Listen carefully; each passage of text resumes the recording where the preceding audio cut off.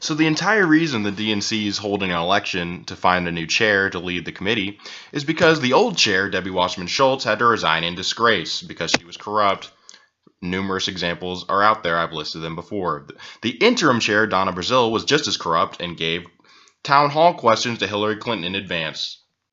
The reason these previous chairs tried so doggedly to bury Bernie Sanders' campaign is because Bernie Sanders refused to take money from super PACs. In the minds of Brazile and Wasserman Schultz, you're only a true Democrat if you play ball with corporate lobbyists. They saw Hillary as their only option, despite Hillary being the least popular Democrat in the country and Bernie Sanders being the most popular politician in the country. They knew that Hillary could easily lose to any Republican, but it was more important for them to crush Bernie Sanders' anti-corruption message. Corporate corruption caused the DNC to cheat for a losing candidate. So the Democrats clearly have a problem with corruption. That's the whole reason they're having this DNC chair race. This DNC chair meeting is a lot like an Alcoholics Anonymous meeting. You would not be at the meeting if you weren't an alcoholic. That's why the first step at AA is to admit that you're an alcoholic. So here's all the candidates responding to a question about how their corruption alienated the Bernie Sanders wing of the party. All of their answers to the question are the equivalent of showing up to an AA meeting hammered and then saying, I don't have a fucking problem, man. You have a fucking problem. I'm not alcoholic. So here's the question and their responses. Obviously, there are still some hard feelings, probably among some of these folks, about what happened in the primary for president. The Sanders faction versus the Clinton faction. How do you get beyond that? As the chairman of the party, what do you do? That diversity is our greatest strength as a party, but it also creates issues and conflicts and challenges. But if we could focus on the things in which we do well and that we all agree upon and use that as the foundation for how we move forward, then this party becomes united. Sir, if you're elected DNC chair, how will you avoid alienating half the party with cheating like the last DNC chair? Diversity. That was the most shameless classic Democrat dodge ever, going to identity politics to avoid any real issues. He may as well have just fucking said, break down the barriers. Drop the mic. I see a lot of false choices, and I'd like to sound a warning about some of the false choices being presented to us as a party right now. That we have to choose between one wing of the party and another. Or that speaking to white working class voters somehow means abandoning the moral foundation of racial justice that makes our party what it is. Those are false choices. I know when you start, especially when you're introducing yourself, people want to fix you on a spectrum or they want to fit you in a category. Maybe just my personal experience makes me inclined not to go for that. I'm a church-going, red state, millennial, progressive, anti-gun collecting, intellectual war veteran. The idea that we have to decide whether or not we're going to take big money from super PACs and whether we're going to be partial to candidates that do, well, that's a false question. Let me just tell you how folksy I am. I was in this small town the other day. It's smaller than a grain of sand, and they said I'm the folksiest fucking folk they've ever seen. Why, just yesterday I was taking a poop. I looked down to find that it's a piping hot apple pie.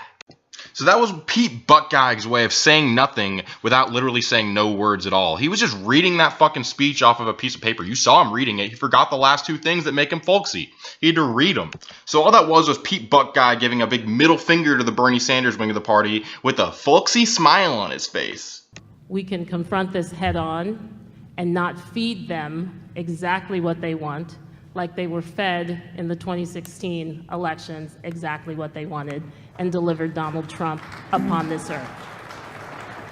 But to get to UNITY, we also have to have real conversations, real engagement, a real discussion about the common values, the shared values we have between people who are on one side of this perceived divide and on the other side. Oh, so courageous, this woman taking a stand against giving people what they want. Ugh, representing people in a democracy? Fucking gross. That's why we lost. Come on. Like, I thought I was about to pwn all these candidates for their stupid answers, but listen to this logic, you guys. First, that despicable sexist Bernie Sanders comes out there and gives people what they want and says he wants to get money out of politics. 80% of Democrats agree, 80% of Republicans agree, 75% of independents agree. Step 2, the DNC chair, let's not say cheats, let's just say if it was a foot race, we give him a little bit of a whack in the knees with a baton. Just so that our unpopular candidate that doesn't give people what they want can win. Step 3, the unpopular candidate was gonna win in the general, but then Bernie Sanders, grumpy old man sexist.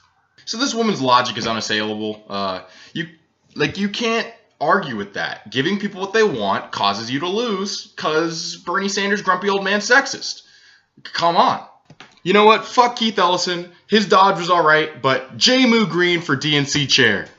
When she's asked how she's going to reconcile with the wing of the party that was cheated, she says, fuck that wing of the party, it's their fault we lost, because they want to just give people what they want in a representative democracy. Yeah, Jehmu Greene! Seriously though, not even Keith Ellison gave a good answer to this question. I didn't cover it because I want Keith Ellison to win, and his answer wasn't as funny. But just like all the other candidates, he didn't actually say, yes, Bernie Sanders was cheated in the primary by Debbie Wasserman Schultz. That's why Debbie Wasserman Schultz resigned.